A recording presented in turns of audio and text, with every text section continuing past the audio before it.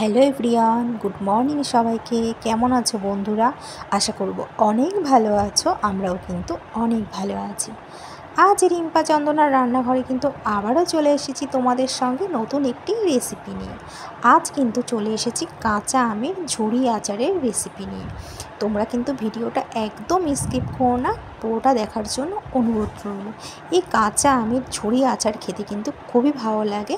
এখন আম পাওয়া যায়, এজন্য কিন্তু এই আমের সময়ে কিন্তু কাঁচা আমের আচারটি বানিয়ে ঘরে রেখে কিন্তু তোমরা খেতে পারো। তো আমরা দেখো এখানে কিন্তু খোসা সমেত কিন্তু আমকে ভালো করে ধুয়ে নিয়েছি। তারপর কিন্তু আমরা আমটাকে ধোবো না, কাটার আগেই আমটাকে ভালো করে ধুয়ে নিয়েছি। ধুয়ে কিন্তু আমরা আলু ভাজার মতন কিন্তু কেটে নিয়েছি। এবার আমটাকে কিন্তু আমরা শুকোতে দেব। তো দেখো আমরা কিন্তু লবণ আর হলুদটা কিন্তু মাখিয়ে নিয়েছি, আর লবণের পরিমাণটা কম দিয়েছি আর হলুদের পরিমাণটা একটু বেশি দিয়েছি। এবার আমরা ছাদে চলে এসেছি। তো দেখো লবণ হলুদ কিন্তু হাত দিয়ে আমরা ভালো করে মেখে নিয়েছি। এবার আমরা ছাদে ভালো করে কিন্তু শুকাতে দেব। টানা একদিন কিন্তু আমরা ভালো করে রোদে শুকিয়ে নেব। তো দেখো বন্ধুরা, একদিন কিন্তু টানা রোদে আমরা আমটাকে শুকিয়ে নিয়েছি, তাতে কিন্তু আচারটা করতে সুবিধা হবে আর রসটা টেনে যাবে। এবার এদিকে কিন্তু আমরা আমের আচারের মশলাটি তৈরি করে নেব। তার জন্য কিন্তু আমরা 1 চামচ কিন্তু আমরা জিরে নিয়েছি, 1/2 চামচ মৌরি আর 10 থেকে 12টা গোটা গোলমরিচ, 3 থেকে 4টি শুকনো লঙ্কা, 2টো তেজপাতা কিন্তু নিয়েছি আমরা, 1.5 চামচ গোটা ধনে। তো এগুলিকে কিন্তু আমরা ভালো করে টেলে নেব। প্রথমেই কিন্তু আমরা দিয়েছি তেজপাতা ও লঙ্কাকে আমরা কিন্তু লো আঁচে কিন্তু একটু টেলে নেব। তারপরে বাদবাকি মশলাগুলিকে দিয়ে আমরা লো আঁচে কিন্তু টেলে নেব।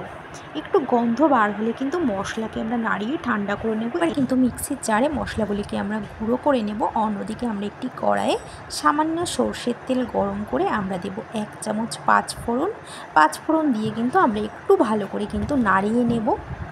খুব ভালো করে নাড়াচাড়া করে নেওয়ার পর আমরা কিন্তু রোদে টানা একদিন যে আমটাকে শুকিয়ে রেখেছিলাম সেটিই কিন্তু আমরা কড়াইতে ঢেলে দেব। এবার কিন্তু আমরা খুব ভালো করে কিন্তু খুন্তির সাহায্যে আমরা আমটাকে কিন্তু নাড়াচাড়া করে নেব।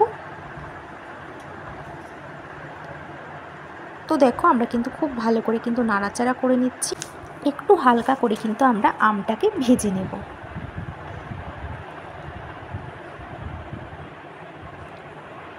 তো দেখো আমরা কিন্তু হালকা করে আমটাকে ভেজে নিয়েছি। এবার একটি অন্য পাত্রে কিন্তু আমরা আমটাকে তুলে নেব। এবার কিন্তু ওই কড়াইতেই আমরা দিয়েছি 1 কিলো আমে 600 আখের গুড়। কড়াইতে দিয়ে কিন্তু লো আছে আমরা নাড়তে থাকবো।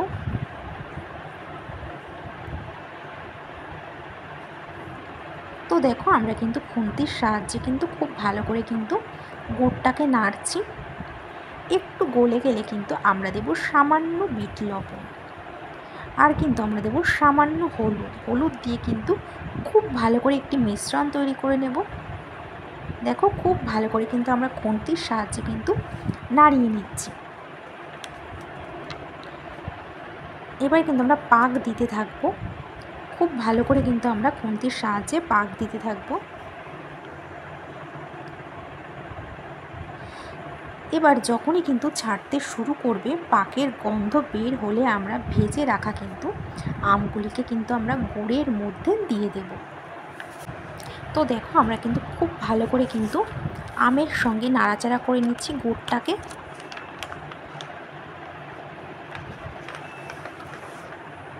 খুব ভালো করে মিশিয়ে মিশিয়ে কিন্তু নাড়তে হবে। আমগুলিকে আমরা ঠিক 5 মিনিট কিন্তু খুব ভালো করে কিন্তু নাড়তে থাকবো। তোমরা দেখলেই বুঝতে পারবে কতটা সুন্দর একটি কালার চলে এসেছে। আর এই কাঁচা আমের ঝুড়ি আচার খেতে যে কি ভালো লাগে তোমরা কিন্তু বাড়িতে না করলে কিন্তু একদমই বুঝতে পারবে না বন্ধুরা।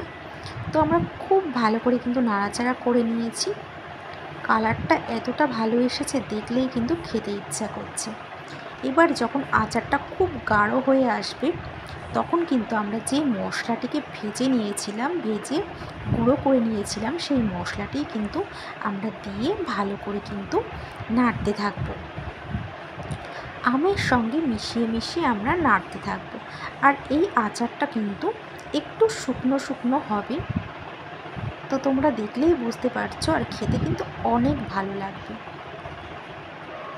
আর পরে কিন্তু রোদে দিলে কিন্তু নরম হয়ে যাবে, আর খেতেও কিন্তু তখন দারুণ লাগবে। তো দেখো আমাদের কিন্তু আচারটা একদমই তৈরি হয়ে গেছে। আমরা কিন্তু এবার নামিয়ে নেব। দেখো কতটা সুন্দর হয়েছে, একদম নরম হয়ে যাবে। আমরা এখানে একটি কাঁচের জার নিয়েছি, ওই জারের মধ্যে কিন্তু ঠান্ডা করে আমরা আচারটাকে চামচের সাহায্যে ঢেলে নেব। আর আচারটা কিন্তু আচারের যে আমটা আমরা দিয়েছিলাম গোটা গোটা আলু ভাজার মতন করে আমরা কেটে দিয়েছিলাম, ও কত সুন্দর গোটা গোটা আছে, একটুও কিন্তু ভাঙেনি, আর খেতেও কিন্তু অনেক সুন্দর লাগবে।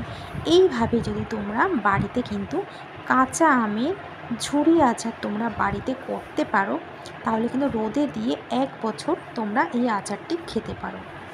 তো বন্ধুরা, তোমাদের কেমন লাগলো আজকে আমাদের কাঁচা আমের ঝুরি আচারের রেসিপিটা? এই রেসিপিটা যদি তোমাদের ভালো লেগে থাকে, তোমরা কিন্তু বাড়িতে অবশ্যই একবার ট্রাই করে দেখতে পারো। তো বন্ধুরা, আজ এই পর্যন্ত, আবার দেখা হবে নেক্সট ভিডিওতে। ততক্ষণ তোমরা সুস্থ থেকো, ভালো থেকো।